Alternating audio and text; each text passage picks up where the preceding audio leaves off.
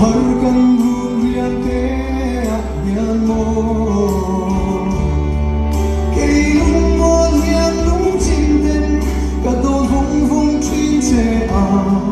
Sat me kon ni om silo ka tria Sat me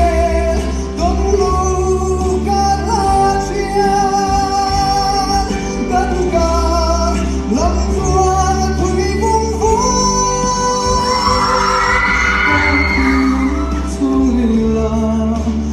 Samre o gachia Vangu pole buruak tiagara Harkan hungrian te akyan mo Ilung mo lian lung chinten Kadon vong vong chin se Sat me don ni om silo gachia